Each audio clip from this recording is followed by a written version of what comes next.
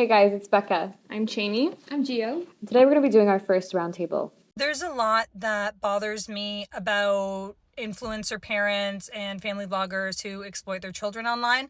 But one of the main things that drives me nuts is individuals whose content is 100% their children.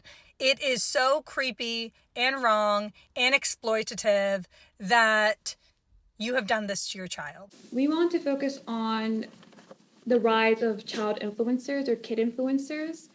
So we know that we live in a very heavy social media generation, and children younger and younger are being exposed to the online, to social media, and are being exposed on social media either by themselves sharing content or their parents sharing content of them. And the big problem is that kids can't really consent.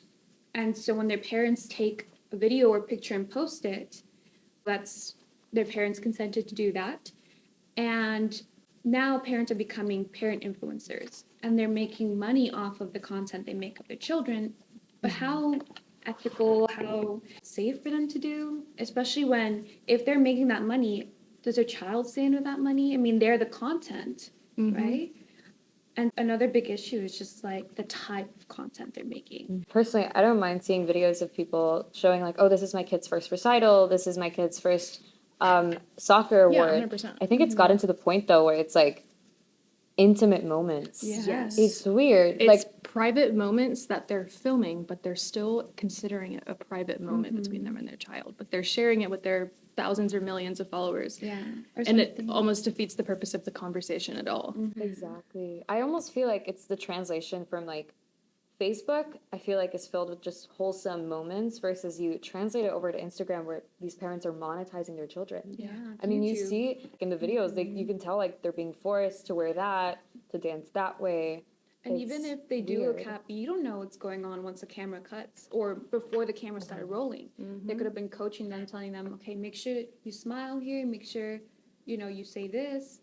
And it's just, they're not a doll, they're not a toy, they're a child. Have y'all seen on TikTok recently? There was a man, it was a gay couple, I'm pretty sure. And they had just adopted this black baby, like very small newborn black baby. And obviously when you adopt, you don't just get like a random baby, right? This is like has a lot of planning and stuff coming up to that moment of adopting that child. And the first thing that this man did whenever he got and went and picked up that child, he started filming, holding this baby like a doll, playing with her hair, this newborn baby, playing with her hair with like a brush, asking TikTok for help, begging TikTok for help about how to do this black baby's hair, how to take care of a black baby.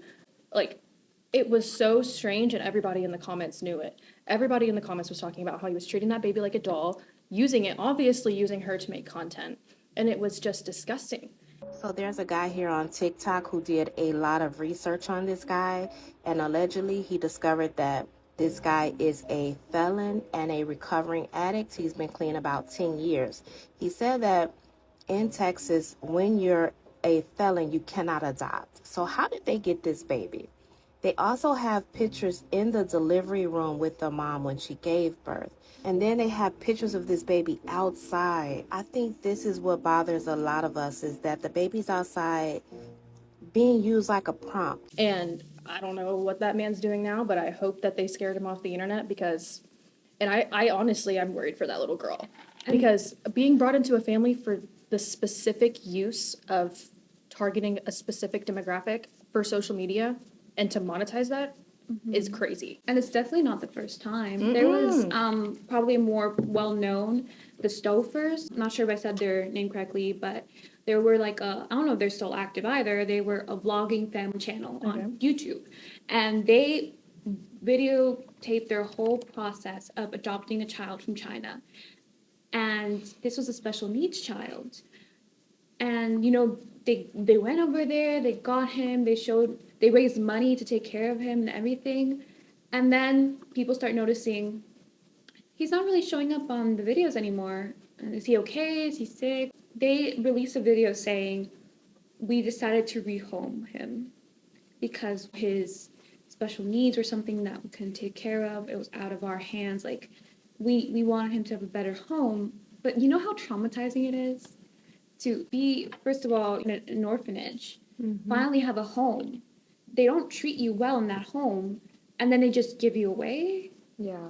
It's just I don't even, I mean, the internet definitely fired back on that. I For hope sure. so. I think this is highlighting. I know a lot of time when we're talking about sex trafficking, a huge demographic of sex trafficking is from people who get adopted, people who are in foster care, any child welfare system. There's so many problems with that, and I think that we aren't looking at these people closely enough, which is actually a lot to say because the process is ridiculous to adopt someone. Yeah. But I think that there's more scopes of people we need to be investigating now. How do they use the internet? 100% yes. Like what are their, I mean, it's more than paperwork, and I feel like something like that happens.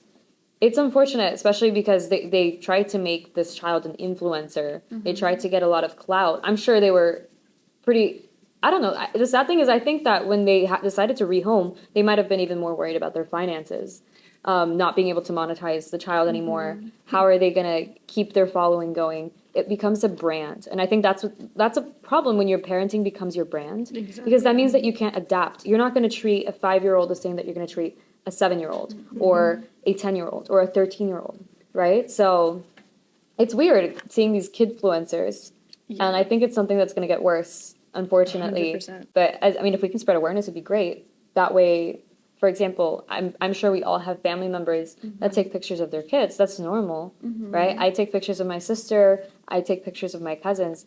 But the difference of having those conversations with your family of like, maybe that moment shouldn't have been online. Like, it's kind of the same concept.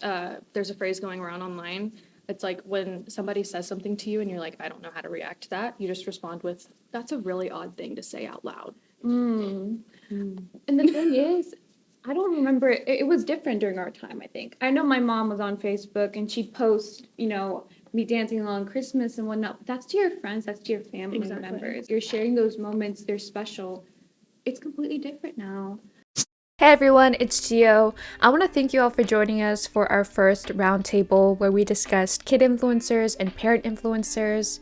Because kids cannot consent and we believe that children have a right to their privacy, we made sure to blur their face from many videos and pictures that they were featured in. Kid influencers and parent influencers are not a new phenomena, but there have definitely been an increase within the recent years, which is why it's so important to talk about the dangers of this type of content and the need to keep kids safe. Now, we want to hear your thoughts about this. Do you think that kids should be able to make content? Should parents make content of their children? Should they be monetizing that content? And can children consent to this type of content being made? Let us know your thoughts in the comments below. Please make sure to share and subscribe. Make sure to follow our socials, Instagram at The Unmuted Pod, and on Spotify at The Unmuted Podcast. Thank you so much for tuning in. Make sure to stay informed and stay alert.